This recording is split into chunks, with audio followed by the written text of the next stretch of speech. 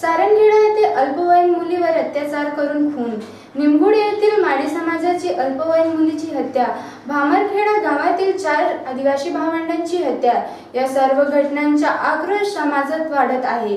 पीडित कुटुंबाला न्याय मिळेल यासाठी शिंदखेडा येथील भिल समाजाच्या वतीने 1 दिवसाचा अन्नत्याग सत्याग्रह करण्यात आला। शिंदखेडा येथील भिल समाज विकास मंचच्या वतीनं जिल्ह्यातील शहादा तालुक्यातील सारंगखेडा गावात अल्पवयीन मुलीवर अत्याचार करून केलेला खून, तसेच निमगुळ येथील माळी समाजाची अल्पवयीन मुलीची हत्या आणि रावेर तालुक्यातील भामरखेडा येथील आदिवासी भावंडांची हत्या या विरोधात सारंगखेडा गावात तसेच झालेल्या आदिवासी बांधवांनी मोर्चा काढला होता।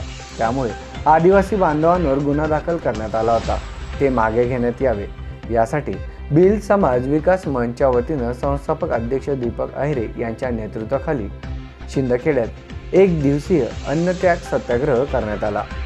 यावेळी काँग्रेसचे जिल्हाध्यक्ष श्यामकांत सनेर, सुनील चौधरी, उदय देसले, चंद्रकांत सोनवणे यांनी पाठिंबा दर्शविला।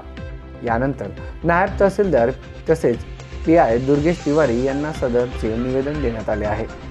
सत्याग्रह आंदोलन सोडण्यात आले असून विकास मंचच्या वतीनं आयोजित करण्यात आलेल्या सत्याग्रहात हिराबाई दीपक अहिरे, सोनीबाई मालचे, श्याम ठाकरे, नानाभाऊ सोनवणे, भरत मालचे, श्रीराम मोरे, अशोक सोनवणे, महेंद्र मालचे, सुरेश भिल, सोमाट ठाकरे, रवींद्र मोरे आदींसह शेकडो आदिवासी बांधवांनी उपस्थिती दर्शवली होती।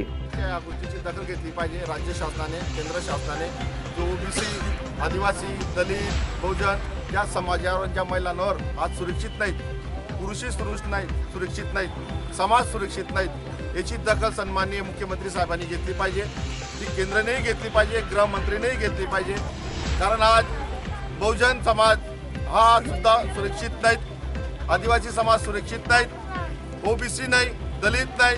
आणि आज या महाराष्ट्रात आपण सांगतो महाराष्ट्र हा साधू संतांचा महाराष्ट्र आहे, डॉक्टर बाबासाहेब आंबेडकरांचा महाराष्ट्र आहे, महात्मा ज्योतिबा फुलेंचा महाराष्ट्र आहे, अशी अनेक संत महापुरुषांची परंपरा महाराष्ट्राला लाभलेली आहे। परंतु आज या बघता या 15 दिवसाच्या घटनात महाराष्ट्रात ज्या झालेली घटना आहे ही माणुसकीला काळीमा फासणारी घटना आहे। MDTV साठी यादवराव सावंत, शिंदखेडा प्रतिनिधी।